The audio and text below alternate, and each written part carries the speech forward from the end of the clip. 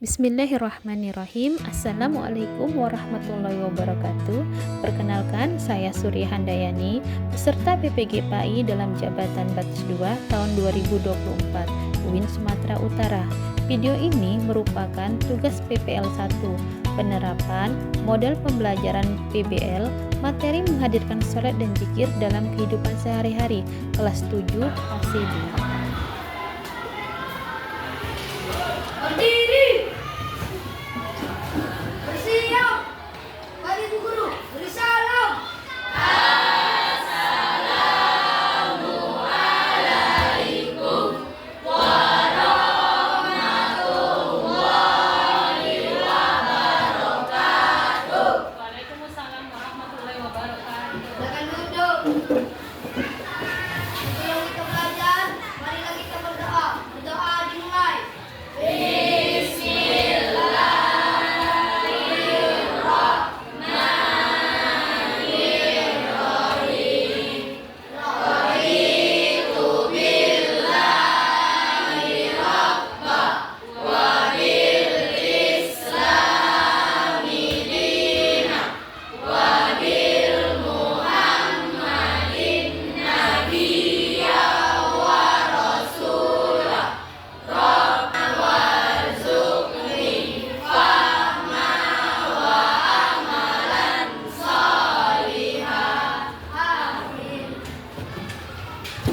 Revansyah, Hadir Guru. absen. Aisyah Yumna, Alfian, Hadir Bu. Alia Tabita, Alwi, Hadir Bu. Amanda, Jawa. Jadi banyak yang tidak hadir hari ini ya nak. Apa kabar anak ibu? Alhamdulillah, saya sehat, saya semangat, siap belajar. Allahu Akbar. Masuk ke materi, ada yang mau ibu tanyakan. Menurut kalian, apa yang kalian ketahui tentang sholat dan zikir? Ayo, siapa yang bisa jawab? Sholat adalah perkataan dan perbuatan. Nah, sholat adalah perkataan dan perbuatan, kata si Alfian. Yang lain? Oh, zikir mengingat, kata si Amanda. Yang lain? Sholat perkataan dan perbuatan. Amanda bilang zikir itu mengingat. Selanjutnya ibu mau nanya, menurut kalian mengapa sholat dan zikir itu penting kok? Penting kita laksanakan ya. Ayo Aisyah, apa Aisyah? Untuk mengingat nama Allah. Ayo Kak. Untuk menghindari keji dan munkar. Kali pandai lah ibu, tepuk tangan semuanya. Tujuan pembelajaran kita hari ini adalah pertama, kedua,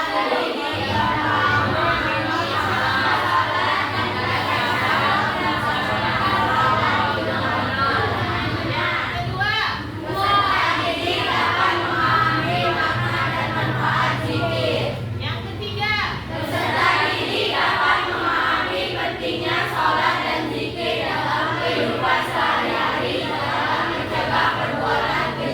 nah, ini tujuan pembelajaran kita hari ini. Untuk lebih pahamnya, buka bukunya di bab 3. Materi kita hari ini adalah menghadirkan sholat dan zikir dalam kehidupan sehari-hari. Untuk lebih jelasnya tentang materi ini, mari kita saksikan video berikut ya nak. Kelas 7 ACD. Tujuan pembelajaran pada materi menghadirkan sholat dan zikir dalam kehidupan sehari-hari. Yang pertama, diharapkan kalian dapat memahami maksud fondasinya, sedangkan sebab sebagai tiang bangunan tersebut, sedangkan dakwah sebagai atapnya. Dalam hadis Rasulullah, ayo siapa yang tahu yaitu sholat. Secara bahasa yang artinya bacalah kitab Al-Quran yang telah diwahyukan kepadamu Muhammad dan laksanakanlah sholat. Sesungguhnya sholat itu mencegah dari perbuatan keji dan munkar. Dan ketahuilah, mengingat Allah itu lebih besar keutamaannya dari ibadah yang lain. Allah mengetahui apa yang kamu kerjakan. Dalam ibadah sholat, oleh karena itu, sholat dapat mencegah perbuatan keji dan munkar. Selanjutnya, kita akan membahas mengenai makna zikir. Arti zikir menurut bahasa adalah ingat, sedangkan menurut istilah zikir diartikan dengan mengingat Allah Subhanahu wa Ta'ala. Kita diperintahkan untuk selalu berzikir kepadanya dengan Dari video pembelajaran yang sudah kalian tonton tadi, yang sudah ditampilkan, kira-kira ada nggak pertanyaan mengenai materi hari ini? Ada pertanyaan dapat bisa mengamalkan sholat dan zikir dalam kehidupan sehari-hari. Apa tadi manfaatnya? Agar hati kita lebih tenang, bisa mengendalikan emosi. Jadi kalau kalian bertengkar-tengkar sama teman itu bisa astagfirullah gitu, ya kan? Kalau kalian lagi bisa nengok-nengok yang baik-baik, masya Allah. Nengok teman-temannya yang buruk, subhanallah. Seperti sudah paham? Jika sudah paham, untuk lebih memahami tentang materi hari ini, kita mempunyai studi kasus. Kasus yang pertama, ada seorang siswa merasa kesulitan untuk mengendalikan amarahnya saat menghadapi. Di kasus yang kedua, ada seorang siswa merasa terpengaruh oleh teman-temannya yang sering mengajaknya untuk melakukan hal-hal negatif seperti merokok, bahkan mencontek ketika ujian. Di kasus yang ketiga, seorang siswa sering merasa cemas dan kurang fokus dalam belajar. Temannya menyarankan mulai melaksanakan studi kasus ini akan kita selesaikan secara berkelompok. Ibu akan membagi kalian ke dalam kelompok. Satu kelompok isinya 5 sampai 6 orang. Ayo kita bagi kelompoknya, dipimpin oleh ketua kelas.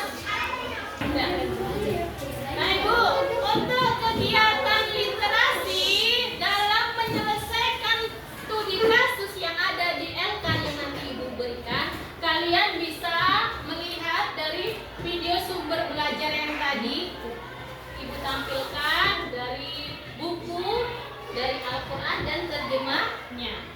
Nanti setelah kalian memahami studi kasus ini dan mendapatkan informasi, kalian tuangkan informasi tersebut ke dalam LK yang Ibu bagikan.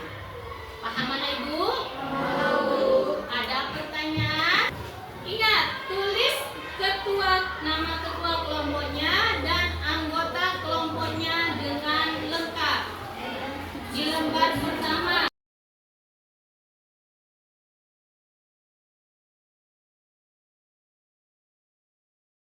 Nanti setelah diskusi kita persentase satu persatu kelompok.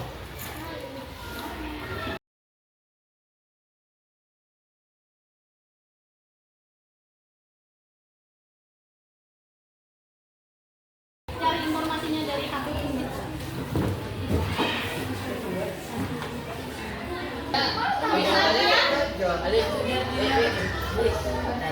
Ingat ya, kerjasama ya.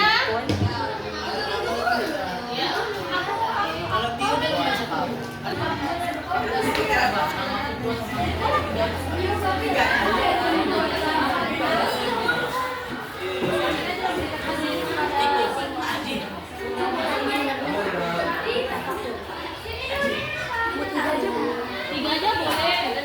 Kan ide-ide kreatif kalian itu, jawaban nomor 3-nya itu ide kalian untuk menghadirkan sholat dan zikir. Bagaimana kalian bisa mengamalkannya dalam kehidupan sehari. Tiga sudah selesai.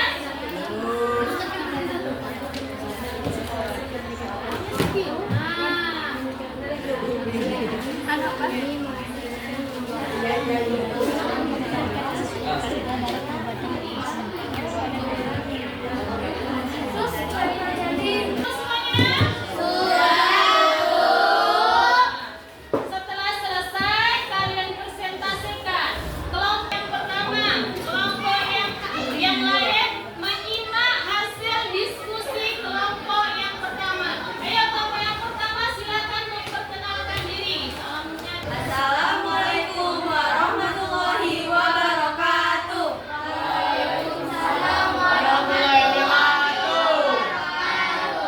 Perkenalkan kami dari kelompok 1. Perkenalkan saya Aisyah Yumnatu. Apa yang dapat kita pelajari dari situasi yang diberikan mengenai siswa yang kesulitan mengendalikan amarahnya saat menghadapi masalah. Bagaimana sholat dapat membantu siswa ini mengendalikan emosinya dan mencegah dari perbuatan yang keji?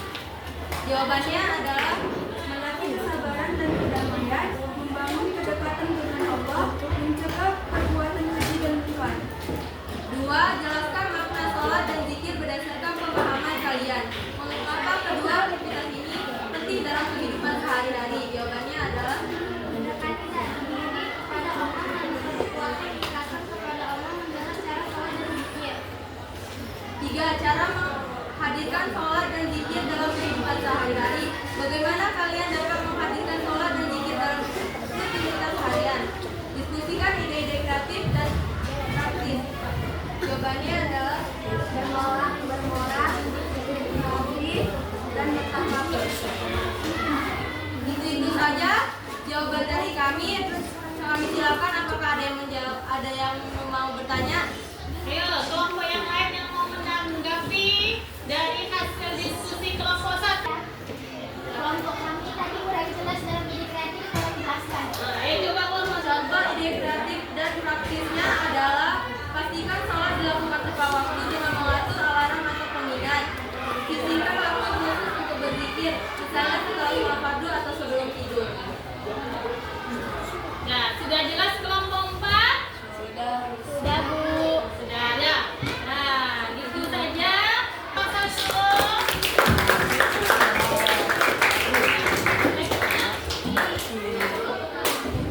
Sekian presentasi dari kelompok 1. Kami mohon maaf bila ada salah. Wabillahi taufiq wal hidayah. Wassalamualaikum warahmatullahi wabarakatuh. Waalaikumsalam warahmatullahi wabarakatuh. Selanjutnya kelompok kedua. Assalamualaikum warahmatullahi wabarakatuh. Waalaikumsalam warahmatullahi wabarakatuh. Kami dari kelompok 2 ini kami. Silakan, nama saya Alina Eka. Dari kelompok 1.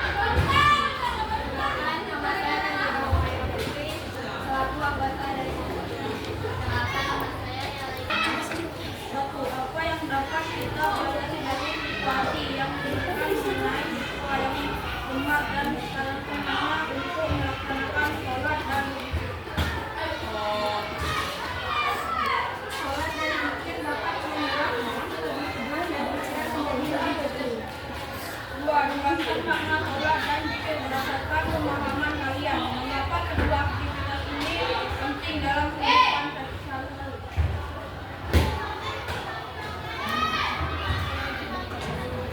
Sholat dan zikir merupakan praktik ibadah Islam